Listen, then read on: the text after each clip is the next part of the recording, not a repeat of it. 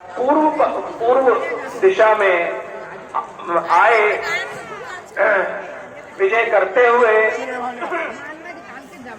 और यहाँ आकर के राजा समुद्रसेन ने उनको चुनौती दे दी।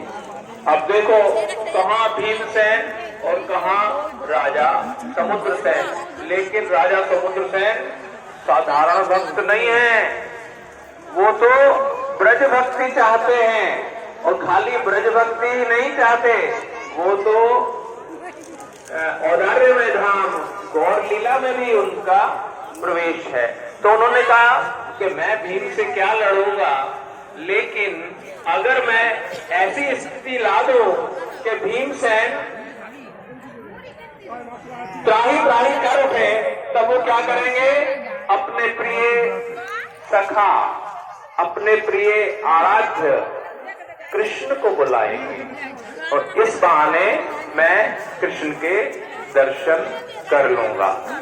तो भीमसेन की चतुरंगड़ी सेना एक तरफ और राजा समुद्र के सेन की छोटी सी सेना एक तरफ, लेकिन मनोबल इसलिए उच्च है कि लक्ष्य उच्च है। लक्ष्य क्या है कि मैं कृष्ण के दर्शन करूंगा। तो उन्होंने लड़ाई में, युद्ध में भीमसेन के छक्के छुड़ा लिए और भीमसेन प्रभु के चरणों में प्रार्थना करने लगे कि हे प्रभु, मेरी पराजय हो जाए कोई बात नहीं, लेकिन मेरी पराजय से आपकी पराजय है। सब जानते हैं कि मैं आपका प्रिय आश्रित हूँ, इसलिए आप मेरी रक्षा करो, नहीं तो बड़ी लज्जा होगी, है? इतनी लज्जा मेरे से सहन नहीं होगी, आपका अपमान तो मेरे से सहन हो ही नहीं सकता। तो इस बहाने कृष्ण जो है भीमसेन की रक्षा के लिए आए और उन्होंने दर्शन किसको दिया, समुद्रसेन को उन्होंने दर्शन दिया। तो प्रतिवर्ष हम लोग यहाँ पर इन विषयों की चर्चा करते हैं। शास्त्रीय विषयों की चर्चा में कुछ बिंदुओं पर विचार करना बड़ा ही अनिवार्य है, क्योंकि वो अदृश्य वस्तु है। तो पहला बिंदु रहता है कि विषय क्या है। तो विषय ये है कि भाई श्रेष्ठ कौन है, भीमसेन श्रेष्ठ है या समुद्रसेन श्रेष्ठ है। दूसरा आता है बिंदु संशय। संशय यहाँ पर यह है कि क्या वास्तव में भीम श्रेष्ठ है, क्योंकि वो कृष्ण के प्रति सख्त भाव रखते हैं, वो राधा कुंड में भजन करते हैं, वो गौर लीला में राय रामानंद आदि जो 5 भाई हैं, ये 5 पांडव के रूप में गौर लीला में भी उपस्थित है। और वो हमारे संप्रदाय के गुरु मध्वाचार्य भी भीम ही हैं, मध्वाचार्य जी में भीम है। तो ऐसे में संशय उदित होता है कि क्या इस विषय पर चर्चा करनी जरूरी है। तो भीम तो बहुत श्रेष्ठ है, इसलिए ये संशय उदित होता है। लेकिन तीसरा बिंदु आता है पूर्व पक्ष। पूर्व पक्ष मतलब प्रतिकूल धारणा। यहाँ पर प्रतिकूल धारणा ये आ जाती है कि क्या वास्तव में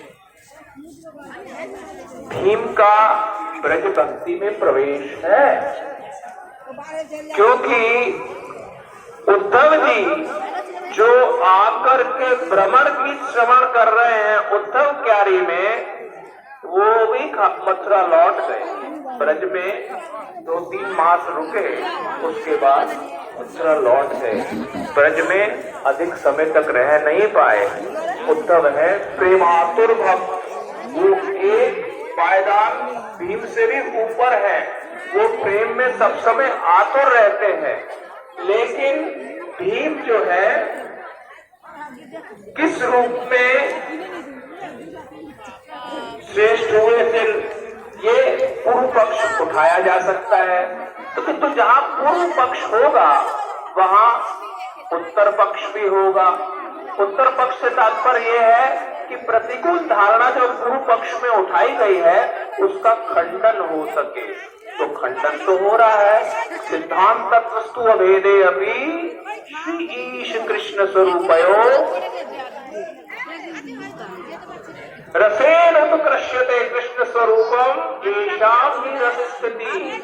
सिद्धांत और तत्व की दृष्टि से तो श्री ईश यानी विष्णु मूर्तियां जितनी भी हैं और कृष्ण में कोई अंतर नहीं है। भगवान विष्णु में और कृष्ण में कोई भेद नहीं है।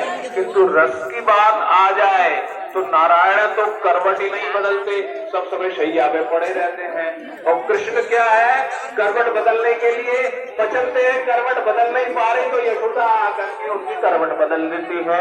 ऐसे रस का आस्वादन करने वाले हैं। चार जे रस होए सही उत्तम तटस्थ हो या देखी माथे तारतम्य। अगर तटस्थ रूप से हम देखेंगे तो रस में तारतम्य है। तो यहाँ पर अगर हम तटस्थ रूप से देखेंगे कि भीम से ज्यादा श्रेष्ठ रस राजा समुद्र सेन का है। उसका कारण क्या है कि जो ही कृष्ण आए उन्होंने कृष्ण का दर्शन किया, उनके हाथ से धनुष बाण छूट गए और उन्होंने क्या देखा, तृतीय प्रहर की लीला का दर्शन किया। यहाँ नवद्वीप में जो ब्रज है वहाँ मधुबन में उन्होंने कुमुद में क्या देखा, कृष्ण जो है गोपियों के साथ अंतरंग विहार कर रहे हैं। ये राजा समुद्र सेन यहाँ पर दर्शन कर रहे हैं। तृतीय प्रहर की लीला क्या है, जिसे हम अष्टकालीय लीला के अंतर्गत पूर्वान्न कालीय लीला के रूप में जानते हैं। पूर्वान्न कालीय लीला को हम जोड़ते हैं शिक्षाष्टक के तृतीय श्लोक से। त्रादपि सुनिचैनो तरोरपि सविष्णुना अमानिना मानदेन कीर्तनीय सदा हरि।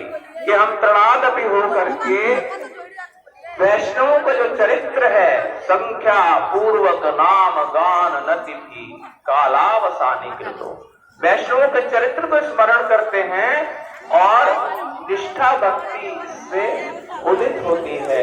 कृष्ण में, कृष्ण नाम में निष्ठा उदित होती है। ये तृतीय प्रहर का साधन के लिए उपयोग है। किंतु समुद्र सेन क्या देख रहे हैं, साक्षात कुमुद वन में कृष्ण को विहार करते हुए देखते हैं, ब्रजेंद्र नंदन कृष्ण को। और तुरंत क्या देखते हैं, दूसरे प्रकोष्ठ में वो गौर कांति युक्त कृष्ण को देखते हैं, गौर महाप्रभु को देखते हैं।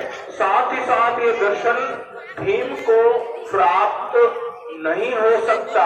राधा कुंड में वो भजन तो कर रहे हैं लेकिन सिद्धि मिली के या नहीं मिली इसका कोई प्रमाण हमारे पास नहीं है। जैसे लक्ष्मी जी बेलवन में तपस्या कर रही हैं, उनको सिद्धि मिली या नहीं मिली इसका कोई प्रमाण हमारे पास, शास्त्रीय प्रमाण कुछ देखने में